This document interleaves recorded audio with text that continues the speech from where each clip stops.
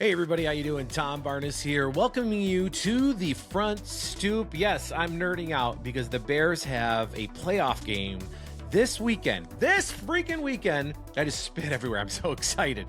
But against the Green Bay Packers. Now, the last time this happened was in like 2010. I was at that game and I froze my ass off. I went with my best friends, Robbie Russin, Tim Grant, and we even had Uncle Jim Meyer with us, who was like he was a Pied Piper that weekend, let's just say. We did lots of fun things. We went to Chicago Cut and had a great pregame meal. We were also like celebrating my birthday because that's when that game kind of was close to my birthday, which is January 26th. Thank you.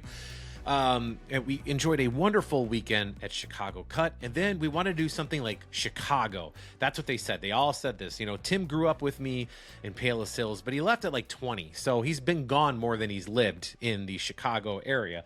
I myself was only gone for like 3 years total. And then I moved back here running away from any other place in the world because I do love it here so much. Anyway, so they come in. Robbie lived in Texas at the time. Jim lived in Florida. Tim lived in Jersey, I believe. Yeah. And we all came together here in Chicago because the Bears were playing the Packers for the NFC Championship game at Soldier Field. It was an incredible time. That is the last time the Bears and Packers played in the playoffs.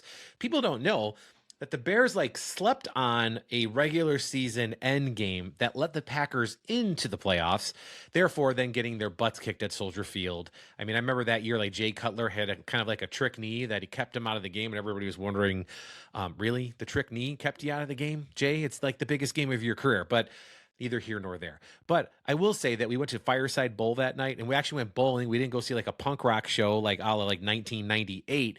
But if you haven't done the Fireside Bowling, it's fantastic. It is like old. It's like being in somebody's basement in Chicago back in the day. Like you go to like Uncle Guido's house and you go down to the basement, the paneling, it kind of smells like smoke, even though you're not supposed to smoke. You know for sure somebody's smoking somewhere in the building. Everything's kind of sticky. The drinks are great. You know, people are bowling. There's like random arcades. And then there's like dudes selling NFL jerseys. I remember that day. Like, I think I bought a Urlacher jersey. Tim bought a Walter Payton jersey. I think Rob already had a Packer jersey or he bought one. But either way, like we all bought jerseys. We fully were falling in love with like playoff football in Chicago, thinking that this was going to be the beginning of a run that, you know, because the Bears had Cutler and Lovey was still being Lovey at the time, and it didn't turn out that way, obviously. I think the game high was like 6 degrees, something like that, right? And I remember picking up Robbie at the airport, and Rob like shows up from Texas in like blue jeans, flip-flops, and a sweatshirt.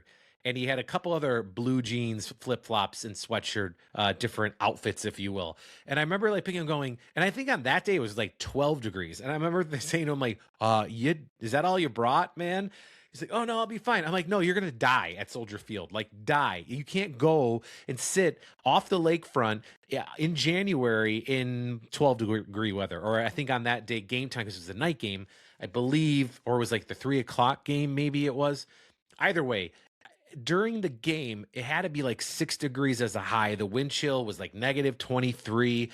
And we sat as far as you can sit in the southern end zone and the top deck, the deck that's west, and how it wraps around and it kind of covers, it hits that scoreboard. You know, I'm talking the very top row to the furthest south, like that point. And we looking up there, I mean, the seats were not terrible for where they were, but they were terrible in every other facet because the wind was howling off Lake Michigan. And you looked over at Lake Michigan and that bitch was frozen solid. Now I'm talking one about the biggest freshwater lakes in the entire world, frozen solid. You looked out there and it looked like Siberia. You know what I mean? And the wind howling off and your eyes are watering, and you know, we're rookies. We didn't know what we were doing. You know, we're up there, and like up there is like the blue collar cheap seats of seats and ticket holders, right? So you have like, you know, everybody's Uncle Bob and Uncle John and Aunt Beth and Aunt Mare. They're all sitting around us and they look at us like we're idiots, right? They're like, where's your cardboard? We're like, where's your cardboard? What are you talking about? They're like, "Where's your cardboard, man? Where's the cardboard?" We're like, "What do you mean? What do you need a cardboard? Like, where do you even get cardboard?" They're like, "You bring it from home, dummy." We're like, "What are you talking about?" And so there's a trick. If you ever go to an outdoor game at Soldier Field, and I imagine this would work at any outdoor game, perhaps even like Lambeau and other cold cities that get really cold, and the floor is concrete, and it's like, a deck where the wind is just kind of hitting it from behind. If you take a piece of cardboard that is like a pizza box, like say if you cut the top of a pizza box and you put that under your feet, I I swear to you, it's true. It will make your feet less cold because somehow the cardboard stops the cold from like connecting to your feet from the concrete and freezing your, because like the first half of the game we were dying, we were so damn cold, it wasn't really enjoyable. But like the first quarter you're like, it's all right, and by the second quarter you're like, what did we do, like what have we done? And somehow like somebody left and we grabbed the cardboard, and like I'm telling you, 10 minutes later my feet were not as frozen, they were pretty frozen. And the only solace we had was going to the bathroom up that high at Soldier Field, because the bathrooms were heated. And you walked in that bathroom and it was like a bathhouse from the 80s, man. Everybody walked in and there's like, oh, how you doing, excuse me, pardon me, like nobody was pissing in there, they were all hanging out in there trying to get warm. But that was my experience. And then the Bears lost, and it was like the longest walk back because we waited till the end of the game thinking, because we're Bears fans, except for Rob, he's a Packers fan. So, but he victoriously walked. He wasn't cold, but Jim and I were freezing. I remember, I think it took me a solid 4 hours to warm up, and Tim had hypothermia, legit, had to go to the hospital the next day because he was so cold. He also was living in Florida, and he dressed like it was spring break in Chicago. So, he should have known better. I digress. That is what's coming up this weekend. Again, it's a repeat. It's 15 years later on the doorstep of the lakefront. You have the Bears and Packers, so I'm excited. So that's why I'm wearing this. That's not why I wanted to talk. That's just kind of worked out that the Bears and Packers are playing this weekend. What I wanted to talk about is a tradition that the wife and I have. And the tradition for New Year's Eve started a couple years ago, and it was out of pure, I think we were just done with like the holiday pop-ups and all the gluttonous food, not that there's anything wrong with any of it, right? But we were just kind of done, and New Year's Eve, the weather's probably not great, so there's not really a whole lot you can do. And we certainly were going to wake up at 6 a.m. on New Year's Day and go to see the sun come up over Lake Michigan, like a lot of people do. Just not our thing. So we thought, you know what? Why don't we enjoy our city in a different way than most people don't? So on New Year's Eve, our tradition is to find a neighborhood that we particularly don't visit all that often. And we try to sample like a coffee shop and find some donuts or pastries, if you will, and find a record store that we really, really enjoy. And the record stores are aplenty, thank God. In this city, record stores are everywhere. And we really want to make sure that we hit up all the different record stores. So we had talked about going to Pinwheel Records, and that one didn't work out just because it was a little far from where we were on this day. So we actually ended up going downtown, which sounds like the opposite of what I've talked about in this entire video thus far. But when you have an opportunity to go to a restaurant that you typically don't go to, you go and check it out. So that's what we did. And we went to an Italian restaurant in the Mag Mile area. Again, not a place I would normally go. But honestly, going there on New Year's Eve is kind of magical because there were people out everywhere, but not like gross amount of people. The weather was warm. It was probably, like in the 40s. And all the Christmas lights were on because it was like a dark day where it was really dreary. But all the Christmas lights were on Michigan Avenue. And it was just stunningly beautiful, right? And it felt like I was in a Griswold movie or like Home Alone, because they're downtown, people are shopping, got their coffees or they got their whatnot, and they're walking, and Garrett's popcorn's popping in the background, people are munching on a Frango Mint. I mean, it's just like out of a movie. So we enjoyed ourselves. Laboria, I think is the name of the restaurant, or Laboria. I can't remember right now. I should have prepped a little bit more before I did this, but I just thought, what the hell? Let's just go with it. But it's right, it's not far from the Tribune Tower. So right off of Michigan Avenue. It's one of those entrances where you're walking. It's like kind of down this weird, cool sidewalk, and it says like restaurant, and that's it right there. It's connected to a Stan's Donuts. I believe in the Intercontinental Building or right around there. And I would don't sleep on the minestrone soup because the soup at that Italian joint is outstanding. And their pizza, very much like Lou Melinati's esque with their deep dish. They have a really deep dish and they have a thin deep dish. That's the thin deep dish. It's outstanding. You got to try it. So we did that. We walked around. We got some coffee from down the street. That's where we went to the Trib Tower. There was a coffee house in the old Trib Tower building. So we walked down there and we wanted to check out what it looked like for the fireworks display on the riverfront there. So we walked all the way to Michigan and Wacker to check out what it looked like where the fireworks are going to be in the big, Dick Clark celebration from the Central Time Zone. So that's what we did, and it was fun. And then we hopped in the car and we looked up different coffee houses, or I'm sorry, different record stores. And like I said, Pinwheel was a little out of our way. We were a little north of that. So we wanted to kind of hit a place that we were on the way home to, because at that point we have a little daughter at home. So we wanted to kind of get back with her. So we ended up at a record store in Avondale, and it's off of Ashland Avenue. And of course, I can't think of the name of it. I'm sure I'll come up with it and I'll edit it in the name of it right here. So right here is the name of the record store that I can't remember. I'll do that again with the restaurant that I can't remember either. Yeah. But that record store, it was cool, but like weird. It was like on Ashland Avenue. I got a parking ticket.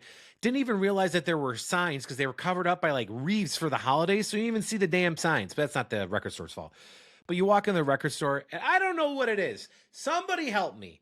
I don't understand this. I love music. Now, I am not one of those people that love music that nobody's heard of. I love music that, for the most part, music that most people have heard of. Now, I worked at a radio. I started off my career in radio, right?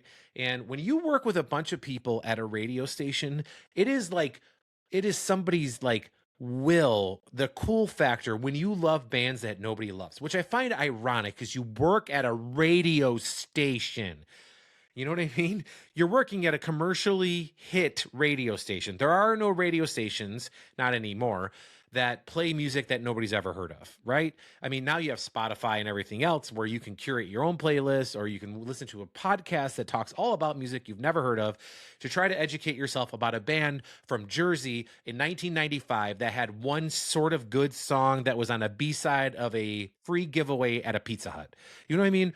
That's what it's like working, though, at a radio station full of people that love music, right? But they don't love any of the music that the radio station plays. For fucking fuck's sake, it's hilarious. And I was 22, 23 when I really started getting into radio in Chicago, and I worked at a station by people who I admired growing up because I listened to them on the radio. I listened to Q101 religiously before I ended up working at 94.7 The Zone in Chicago. And I got to work with amazing people at The Zone. Like all the legends of like Q101 all morphed over to 94.7 The Zone, except for like Mancow. You know, he kind of stayed. But everybody else kind of morphed over there. And they really made a great radio station that just didn't have enough time before ABC decided to sell other stations and it flipped to oldies. But for a few 5 years there, I worked there, and I felt like such a underclass citizen because all the music I liked was on the radio. Like I love the Foo Fighters, and I will say everybody loved the Foo Fighters back then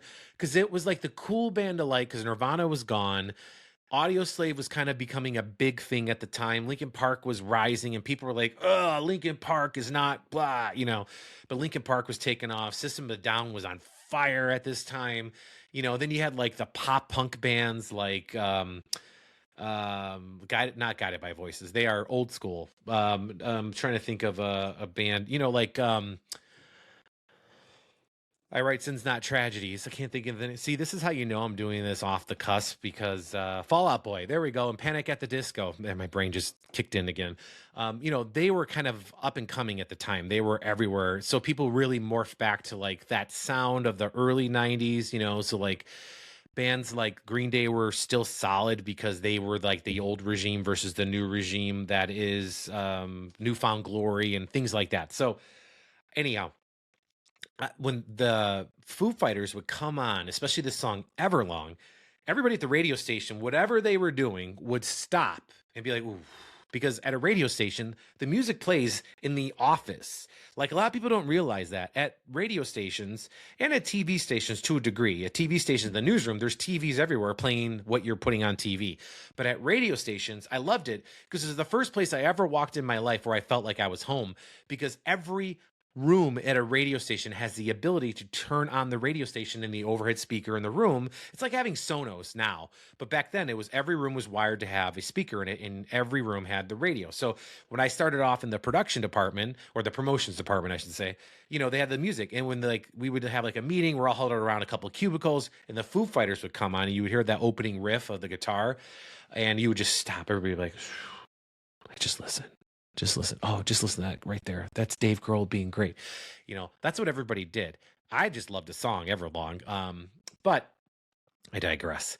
Everybody else I worked with that wasn't a intern, they were so bougie when it came to their music, except for a couple people. A couple people were grounded, but there were a lot of people that were so incredibly against every song that we played on the air, which I found ironic because you crapped all over all the music that we played, yet you worked at a radio station and you allegedly love music. So my long story short is that I love music that everybody else kind of liked. I mean, I'll deep cut into like John Mellencamp or Bob Seger or, Bad Company or, whatever, like Pearl Jam or what have you, right? I loved, the commercial music. I like to find the good music in the commercial music because that's what connects me with so many people I've met in my entire life. I mean, like from the Beach Boys to Pearl Jam, you know what I mean? So, and the funny thing is, I think most of that, what I just said, all played at either Lollapalooza or Riot Fest in the last 20 years. So a lot of the nobody bands that nobody knew about in the 90s or the 2000s are now still nobody knows about them. So, okay.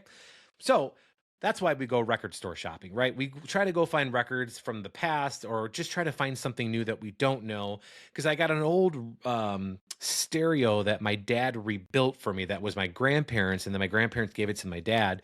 And it's a Motorola like cabinet radio with a surround sound, a turntable on one side. On the other side is where you have the radio and the controls for everything else, right? So it's just this wonderful piece of mid-century modern furniture from the actual mid-century modern of the 20th century that my dad restored, got it fixed, and we play records on it. So we go record store hunting and we find a bunch of records, right? I think we find like 10 in total. Some of them were like $4, some of them were $5, some of them were $30, like a Talking Heads live album that we bought, which I didn't realize it was a live album. I thought it was their greatest hits because I didn't really look at it. My wife and I didn't. We just, Talking Heads, yeah. So I believe Talking Heads. We got a couple I'm on Pearl Jam now. A couple of John Mellencamp records. One of them with "I Need a Lover." If you've never heard the song "I Need a Lover" by John Mellencamp, then I would suggest that you go out and you at least Spotify it and then go buy the record because it's a great record. And then I bought another record of his for $4 at this record store. And the song was I Think I'm in Love. Or no, I'm sorry. It's called This Time. And it was a song I completely forgotten about. It's been years since I've thought about this song, right?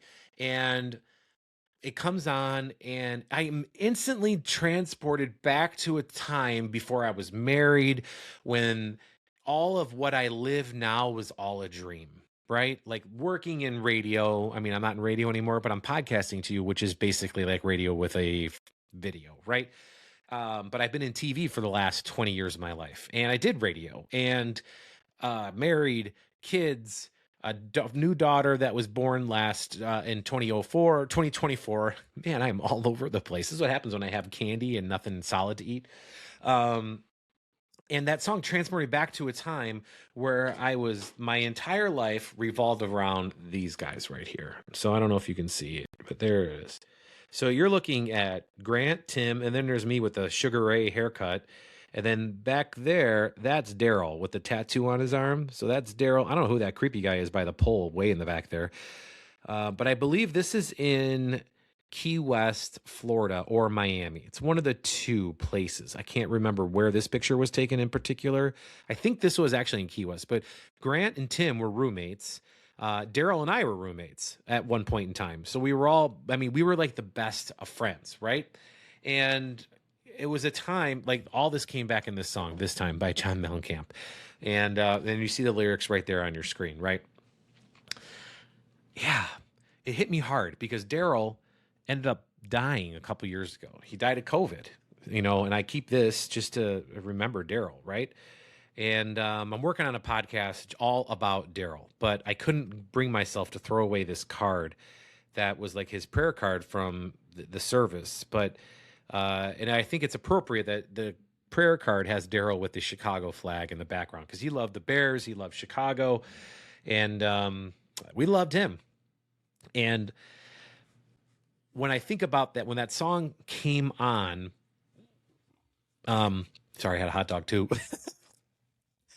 I just transport. I mean, this is probably, I would say 20, 21, 19, probably more 1920, that summer of 99, 2000. It was just a magical time. And I love those guys. I mean, I still love all of them actually. You know what I mean? But I still talk to Tim almost every, he's one of my best friends. He's been my best man at my wedding.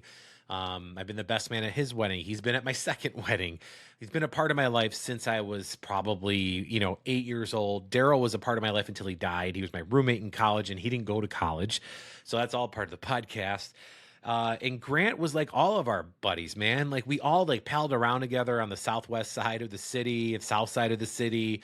You know, Grant was the guy that, was the added, he was just the added thing that made us all click, right?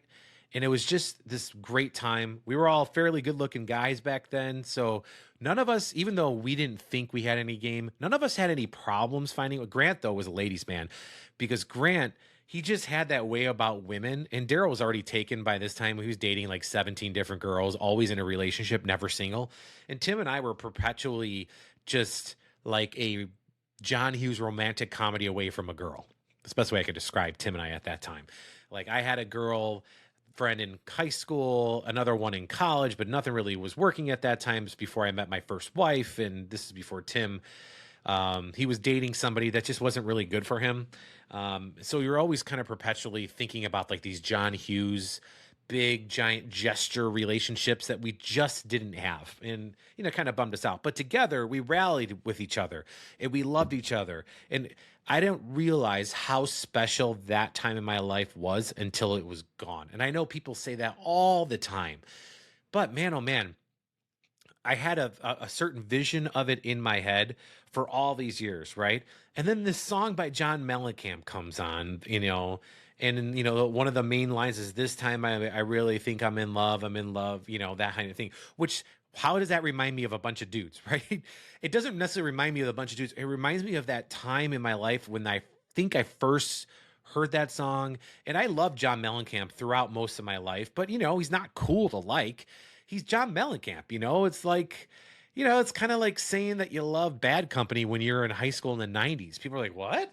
I didn't know Bad Company then, but that's what I imagine, right? I love Bad Company now for what they are. They're an amazing band, right? But at the time, you want to like all the cool stuff. It goes back to my radio station stuff. So that song came on when the wife and I were kind of just digging through the albums, and the albums were a treasure trove of things that we found, which will be my next podcast. I'm going to talk about that and a little bit about what happened when we played this song and the ritual. So, but I just wanted to comment on that song, that Mellencamp record. And, in fact, I'm going to go find that record right now. Hold on. This will be edited. Don't worry. Let me get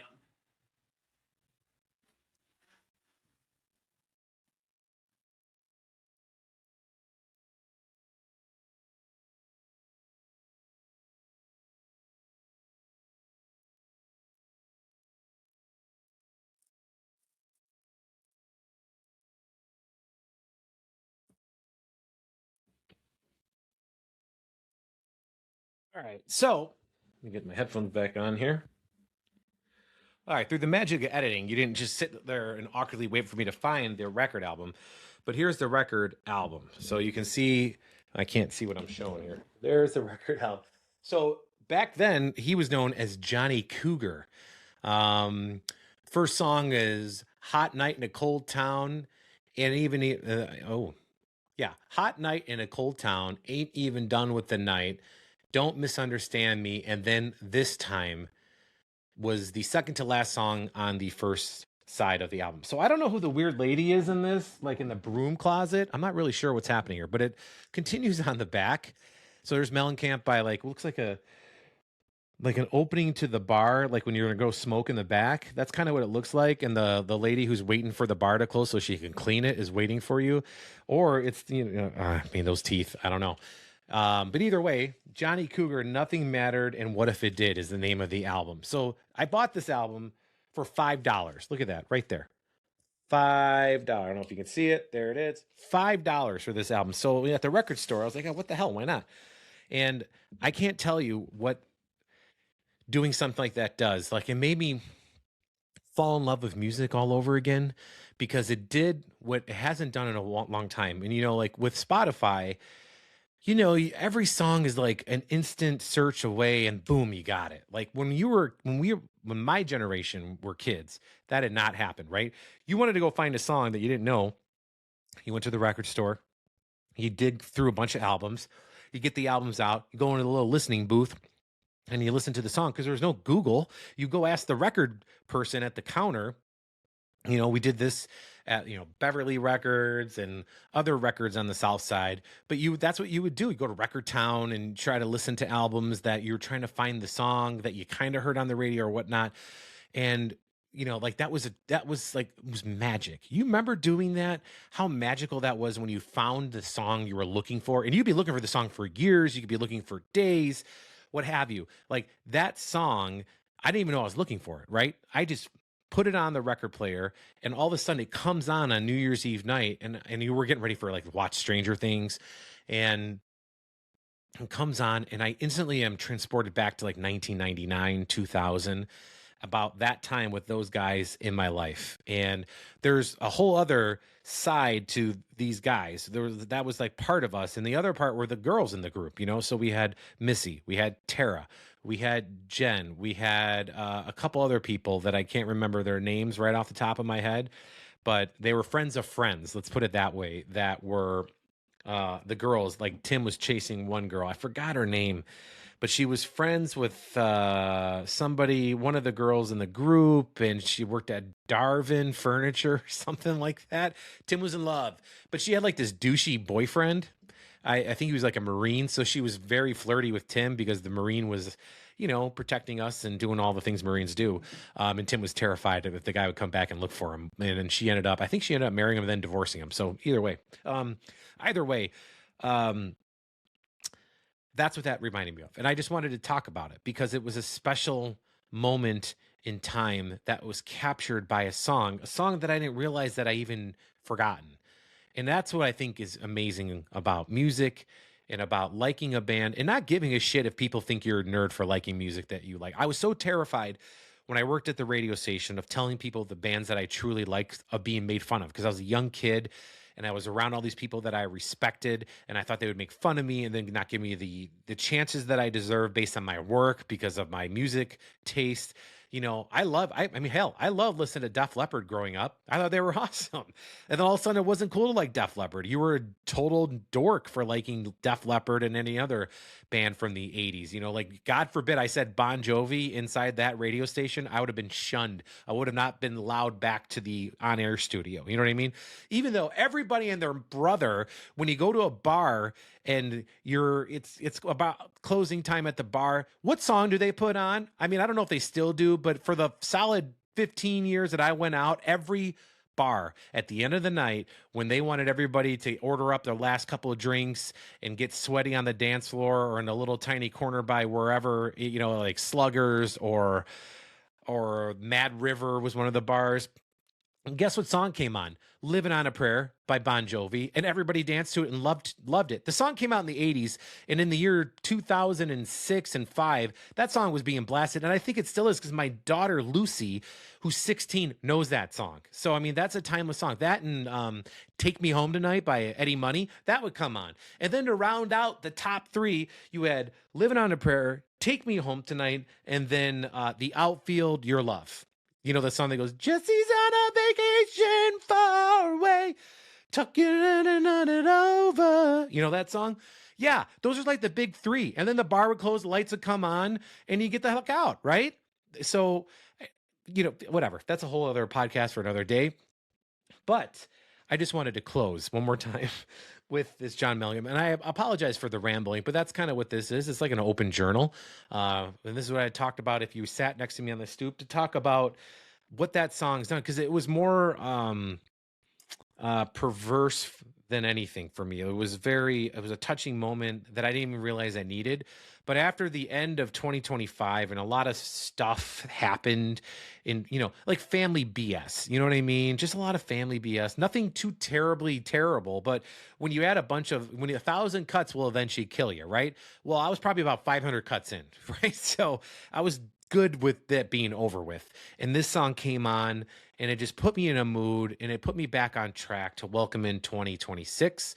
And I wanted it to do the same for you. So if you're not an elitist snob when it comes to music, if you're not like the guy, John Cusack's character in High Fidelity, although I love that movie, but you know, they're all snobs. That's like what it's like working at a radio station. Snobs about music. If you're not that, and you're just casually like a good song, then I would look up this album. Now, if you don't know Johnny Cougar, he doesn't go by that anymore. He goes by John Mellencamp now.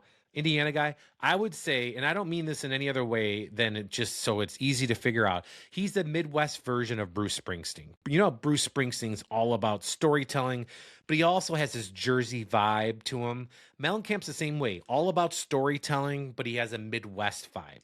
So I get why maybe somebody from the East Coast wouldn't like it, but a lot of people from the Midwest love Springsteen, and the reverse might not be true. And that's all because of elitist East Coastism, I would say, for the most part.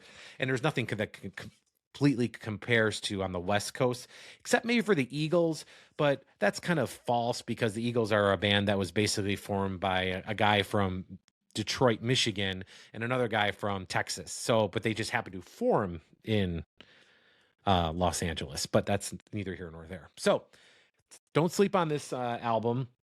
The song is called This Time. So, and it's a very much early Springsteen sounding Mellencamp record. So I leave you with that. Put it on if you can find a record, and put it on a record player and listen to it. It's great, man. It's just a great tune. And it brought me back to a time in my life when everything was in front of me, barely anything was behind me. And I thought those guys would be the best friends. I thought we would grow old together as pals. And so far, I got one of them hanging on with me. The other one kind of drifted away from the group of friends. He went through some stuff, and the other one passed. So as somebody who's on the other side of that time in their life, a song that can bring me right back to it, I'll appreciate for the rest of my life. And the song is now back into heavy rotation on my Stag mix on Spotify. So thanks for listening to me here on the Front Stoop. I got another one about honestly, this whole Front Stoop podcast was to be about what happened on New Year's Eve night. That will be the next one that I will save to bore you with then. Either way, thanks for listening. Subscribe to the channel. Go over to Stories from the 78. That's where I spend most of my days doing most of my things. And if you go over there and watch some of my interviews, I appreciate it. Although until then, happy 2026, and I'll talk to you next week.